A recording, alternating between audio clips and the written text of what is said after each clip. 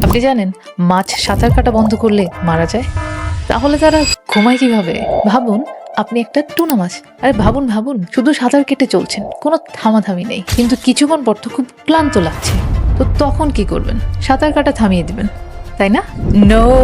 দেখুন, বেশিরভাগ প্রাণী ঘুমায় শুয়ে চোখ বন্ধ করে, যেখানে বেসিক্যালি তাদের ব্রেন অলমোস্ট স্টপ হয়ে যায়। কিন্তু টুনার ক্ষেত্রে এখানেই মহাবিপদ, কারণ সে যদি তার ব্রেন বন্ধ করে দেয় তাহলে সাঁতার বন্ধ হয়ে যাবে, আর সাঁতার বন্ধ হয়ে গেলে সে মারা পড়বে। তাহলে উপায়? ডোন্ট ওয়ারি, মাছও বিশ্রাম নেয়, বাট একটু ডিফারেন্ট ভাবে।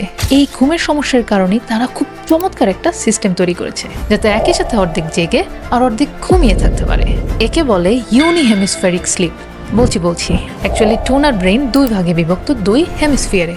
এক ভাগ বিশ্রাম নেয় আর এক ভাগ শরীর মুভ করিয়ে ধীরে ধীরে সাঁতার কাটতে থাকে, ঠিক অতটাই যতটা বেঁচে থাকা যায়। তাই তারা একই সাথে বিশ্রামও নিতে পারে, আবার সাঁতার কাটতে পারে। এখন বলেন, আমি যে আপনাদেরকে প্রথমে টুনা মাছ হতে বলেছিলাম, আইডিয়াটা কিন্তু খারাপ না?